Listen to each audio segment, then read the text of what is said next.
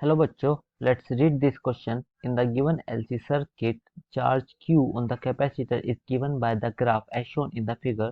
And हमें ये LC circuit given है and हमें charge with respect to time का ये ग्राफ भी given है and हमसे पूछा गया है which of the following graphs best represent current in the circuit. So question समझते हैं और क्वेश्चन के साथ साथ मैं आपको इस क्वेश्चन से रिलेटेड की कंसेप्ट बता देता हूँ कि इस क्वेश्चन में की कंसेप्ट क्या यूज होएगा।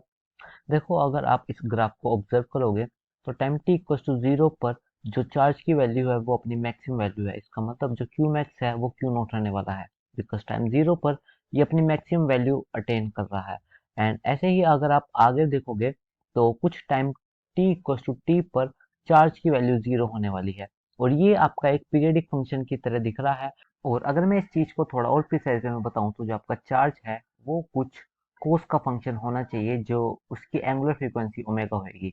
मतलब आपका अगर आप चार्ज को नोटिस करोगे तो वो टाइम के साथ कुछ कोस का ग्राफ बना रहा है, तो इसी वजह से आपका चार्ज एक कोस का फंक्शन है। और हमसे पूछा गया है कि करंट किस तरीके से वेरी करेगा। तो करंट इज नथिंग बट इसका differentiation with respect to time will give us current. तो मैं इसको डिफरेंशिएट करता हूँ और अगर आप इसको डिफरेंशिएट करोगे D Q by D T is simple आपका करंट होने वाला है। और अगर आप इसको डिफरेंशिएट करोगे तो फिर हो जाएगा क्यू नोट कोस का differentiation sine omega T upon omega नीचे आ जाएगा। एंड अगर आप इस चीज को थोड़ा ऑब्जर्व करोगे तो आपको ये दिखेगा कि ये Q naught upon omega is some constant let say K. और इसको ही सिंपल आई नोट की फॉर्म में लिखूं तो आपका जो करंट का है इक्वेशन वो सिंपल ये आने वाली है, this is sine omega T.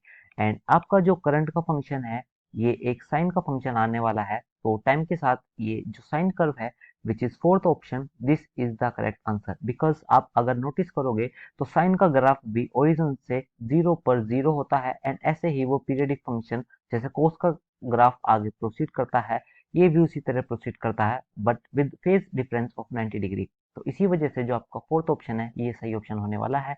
I hope you understood this. Thank you so much. Take care.